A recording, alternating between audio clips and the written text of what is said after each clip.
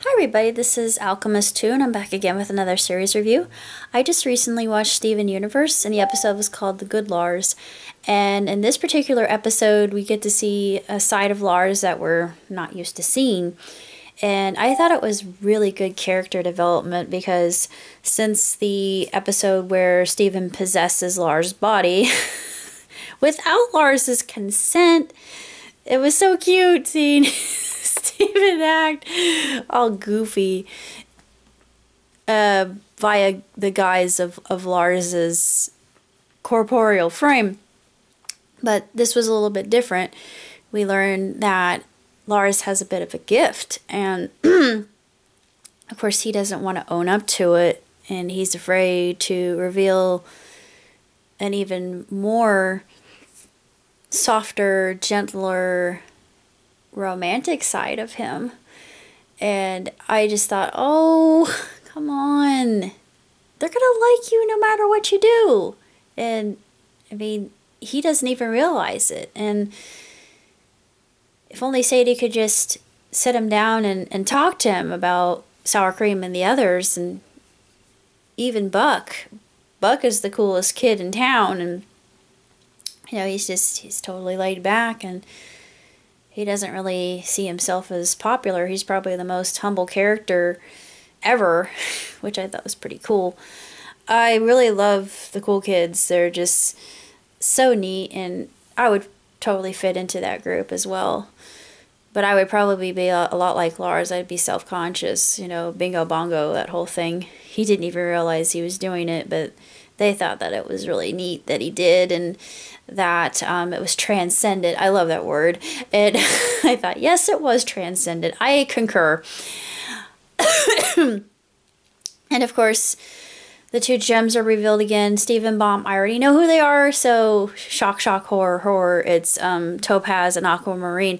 I like Aquamarine being another water-related gem like Lapis Lazuli, and I'm curious as to what her abilities are going to be. And she's very small, but that doesn't mean anything in particular, because if you've ever watched anime like me, you know the cute small characters are the ones that you watch for, like the Muggles in Final Fantasy. They are the most innocent, cute little creatures that you've ever seen, but they pack a wallop, and yeah, you definitely want them on your party because they initiate the most hit point damage, and XP, they give you a lot of XP, and yeah, they're just awesome. So never take something small for granted, and never take somebody who is maybe shorter than you, for because I have a tendency to fit on this spectrum, so I understand having a Napoleonic complex and what it's like. Actually, I don't have a Napoleonic complex, and that whole Napoleonic complex thing is a misnomer. I won't get into that, but I get the whole small but dangerous kind of trope, and I like the fact that they use that. And like I said, I'm very curious, and Topaz too. I'm also very intrigued about her, and they had some theories going around about her as well on the on YouTube.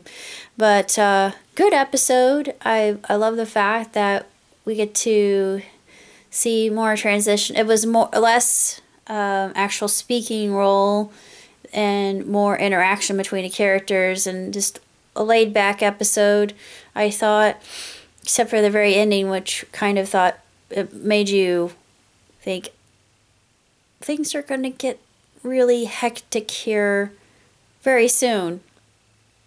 And I remember, I forget which commentator talked about this, but in Dugout, they actually make a call out to the fact that Doug himself said not every day of your lives can be bang, boom, zip, pow, and action all the time. But it was breaking the fourth wall. And of course, I think they were calling the Crewniverse out for some of us saying, oh, there's not enough action. I actually enjoy the build up to said action sequences, because to me it makes it that much more worthwhile. And it's just amazing when it happens, and it doesn't have to be fighting all the time.